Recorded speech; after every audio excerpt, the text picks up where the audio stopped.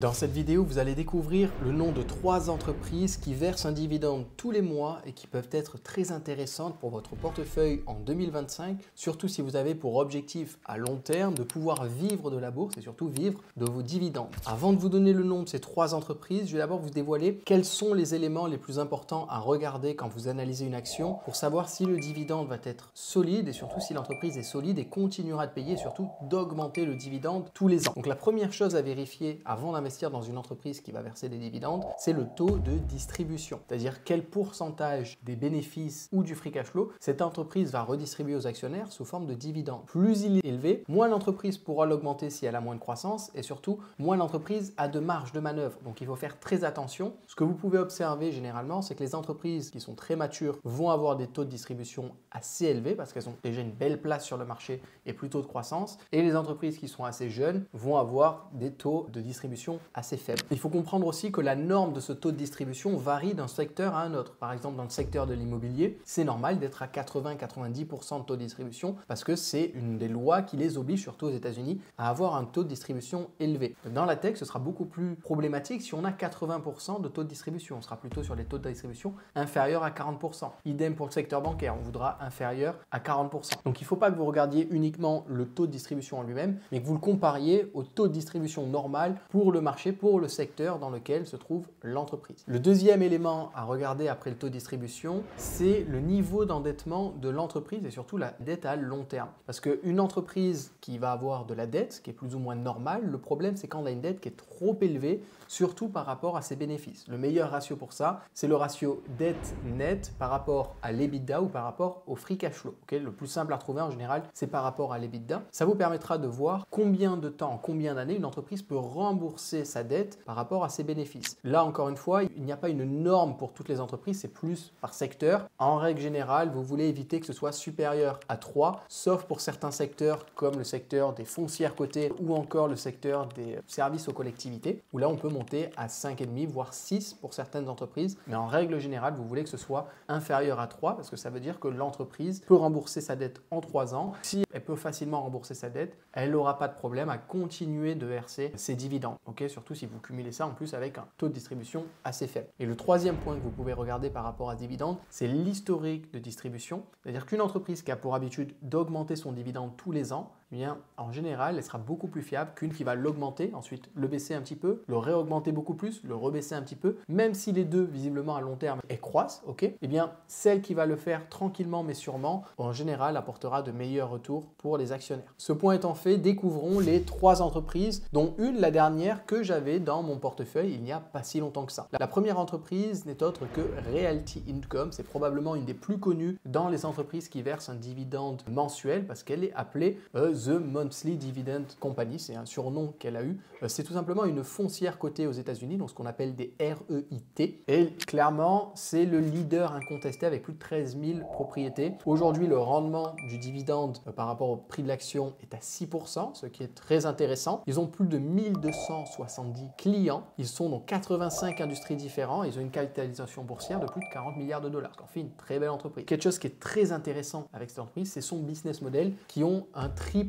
net lease, donc NNN, qui est extrêmement robuste. Ça veut dire qu'en fait, c'est très simple, le locataire paye tout, se charge de tout. Il s'occupe de lui donner le lot et le bien, et le locataire s'occupe de tout payer. La taxe foncière, les assurances, la maintenance, les réparations, factures d'électricité, de gaz, d'internet, etc. Tout ça, c'est eux qui payent. En plus de ça, ils font des contrats qui sont de 10 à 15 ans minimum. Ce n'est pas des contrats d'1 an, l'entreprise se barre, etc. C'est 10 à 15 ans minimum avec dans le contrat une augmentation du loyer qui est automatique tous les ans et qui est d'entre 1 et 1,5% par an, ce qui est assez intéressant. Et surtout, il y a des options également de renouvellement inclus. Alors 1 à 1,5% d'augmentation du loyer, ça peut sembler assez faible, mais il faut savoir que ce n'est pas le seul levier que l'entreprise a pour croître. Donc ils ont une croissance automatique avec ces loyers, mais ils ont aussi une croissance parce qu'ils continuent d'acquérir de nouvelles propriétés. On peut noter aussi qu'ils ont très peu de turnover, donc ça veut dire très peu de coûts de changement, très peu de coûts justement pour changer de locataire, etc. Ils ont un track record impressionnant avec un dividende qui est versé tous les mois mois depuis plus de 50 ans, 644 augmentations consécutives du dividende mensuel, c'est quand même à noter et très intéressant. Le dividende a été augmenté, c'est-à-dire pas seulement maintenu, il a été augmenté durant les dernières principales crises, donc par exemple pendant la crise des subprimes en 2008, qui était une crise immobilière à la base, c'était une explosion immobilière.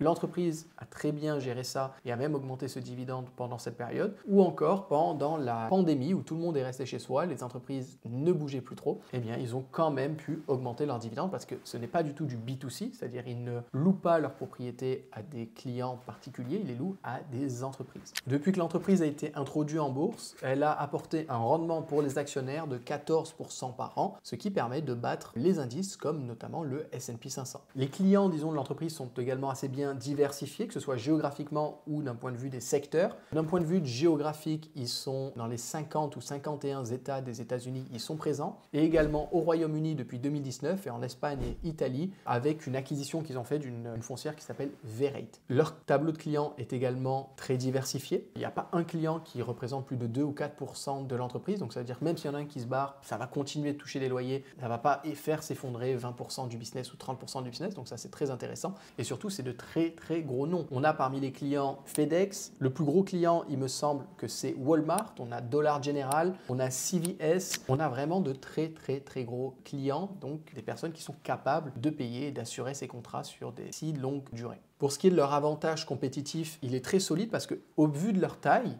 ils vont avoir un coût du capital qui est beaucoup plus bas, ils vont emprunter à des meilleurs taux. Ils ont également des relations privilégiées étant donné qu'ils ont des très grands locataires, c'est-à-dire des grosses entreprises. Donc s'ils signent un bail avec eux, potentiellement dans un autre État, ce sera encore eux qui signeront le bail. Ils ont une équipe d'acquisition qui est très expérimentée étant donné que l'entreprise est quand même assez vieille. Donc il y a beaucoup d'expérience et il y a des process très bien qui ont été mis en place. Et ils ont des capacités à faire des acquisitions qui sont très importantes et bien supérieur à ce qui se fait dans le marché. Pour ce qui est des chiffres un peu plus détaillés, pour ce qui est du taux d'occupation historique, encore moyenne dans l'histoire, il est à 98,2%, ce qui est complètement énorme. La note de crédit attribuée par S&P est de BBB+, triple B+, ce qui est pas mal. Ils ont une croissance FFO, donc Fund From Operation, qui est entre 4 et 5% par an. Alors les Fund From Operation, c'est plus ou moins l'équivalent des bénéfices, des cash flows pour une entreprise normale, pour une REIT, c'est ce qu'on appelle Fund From Operation. Donc 75%, c'est très bien, c'est très sécurisé. En général, dans ce secteur, c'est autour de 80, 85, 90%. On a une dette par rapport à l'EBITDA qui est autour de 5,5, qui est tout à fait normal pour ce marché. Je vous parlais de 3 avant, mais là, pour le secteur des REIT, c'est une des particularités, étant donné les revenus qui sont très récurrents,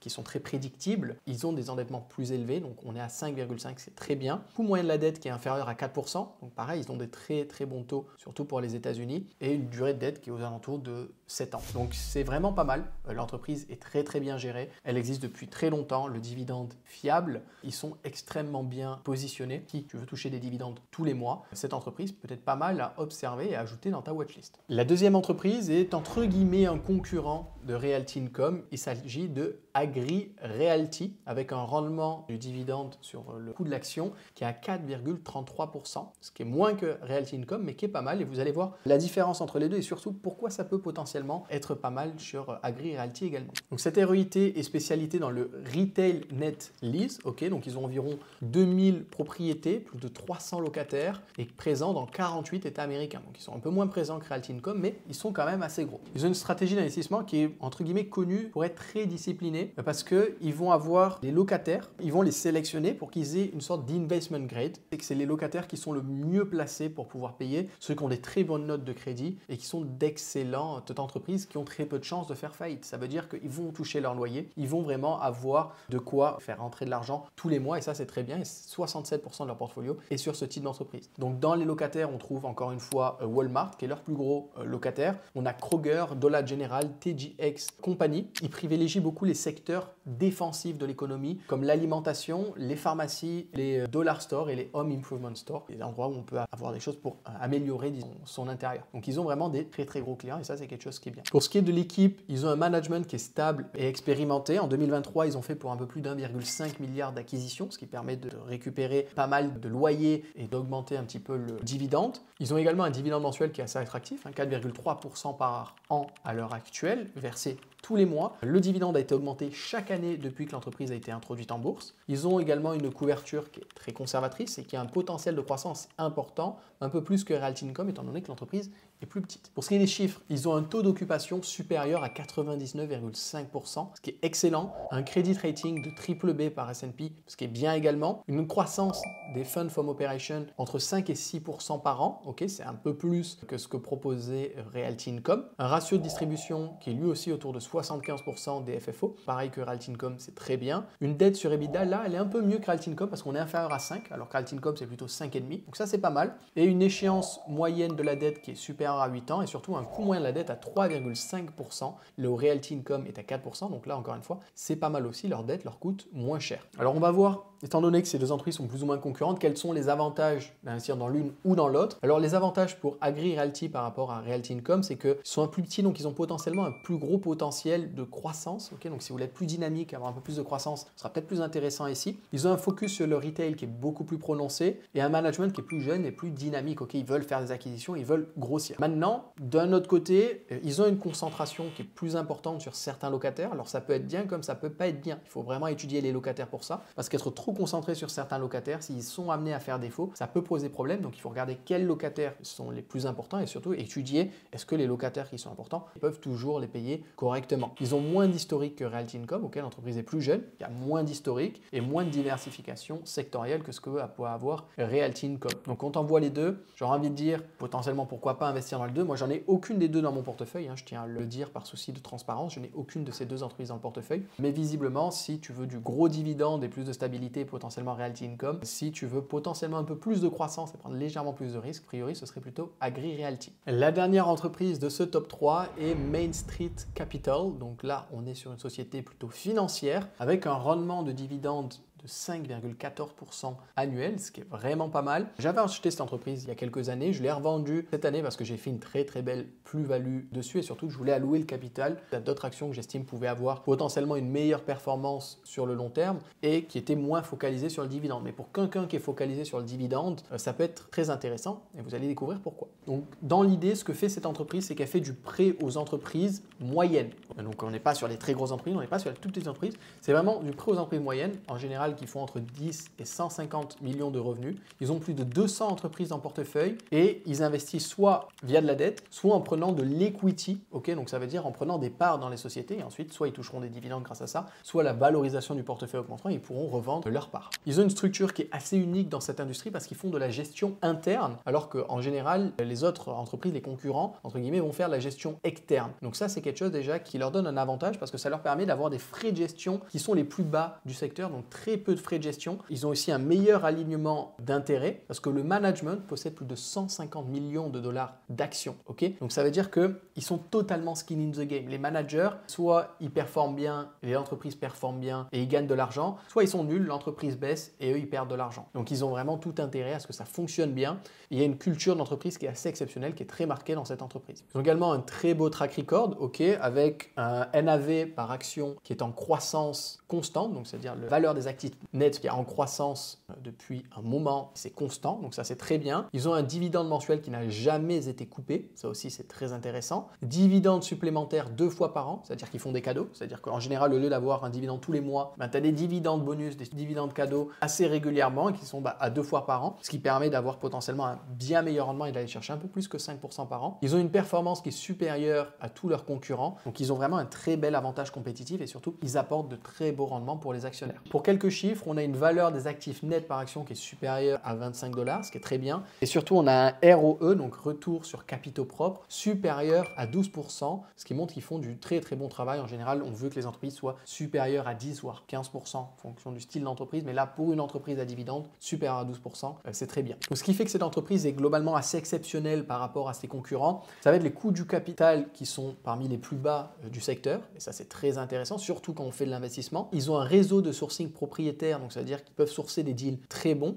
Ils ont une expertise dans ce secteur qui est très approfondie, une des meilleures du marché. Ils ont de très bonnes relations avec les banques pour obtenir, encore une fois, des taux très intéressants quand ils vont investir. Maintenant, forcément, il y a toujours des risques à surveiller. Tout n'est jamais rose. Parmi les risques, s'il y a une récession, ça peut avoir un gros impact sur le portefeuille en fonction des entreprises. Et donc ça, c'est quelque chose à surveiller. En fonction, bien évidemment, de la puissance de la récession. Que ce soit quand même une assez grosse grosse récession au vu de la diversification de l'entreprise. Les problèmes aussi peuvent venir avec des hausses de taux d'intérêt, parce que les clients peuvent potentiellement moins bien payer leurs intérêts, etc. La concentration géographique, ils sont principalement investis au Texas et les risques de crédit qui sont normaux pour ce type de business model. Si vous voulez découvrir plus d'entreprises, alors ce ne seront pas des entreprises à dividendes mensuels, mais ce sont des entreprises qui versent un dividende tous les ans et qui l'augmentent depuis au moins 10 ans, qui ont des bénéfices positifs depuis au moins 10 ans, qui semblent sous-évalués et une dette qui est inférieure à celle du marché, donc une très bonne dette, très peu de risque de faillite. J'ai préparé une liste d'entreprises à laquelle vous pouvez accéder gratuitement via le lien qui se trouve sous cette vidéo. Dites-moi également en commentaire ce que vous avez pensé de cette vidéo. Est-ce que vous avez ces actions dans votre portefeuille? Quelles sont les actions à dividendes mensuels qui vous intéressent pas mal en ce moment? Je serais curieux de découvrir de nouvelles actions à dividendes également dans les commentaires et de débattre sur tout ça. Si vous avez aimé cette vidéo, mettez un pouce bleu, abonnez-vous en activant la petite cloche pour ne rien rater des prochaines vidéos. Je vous dis à très vite pour un prochain épisode. Ciao, ciao!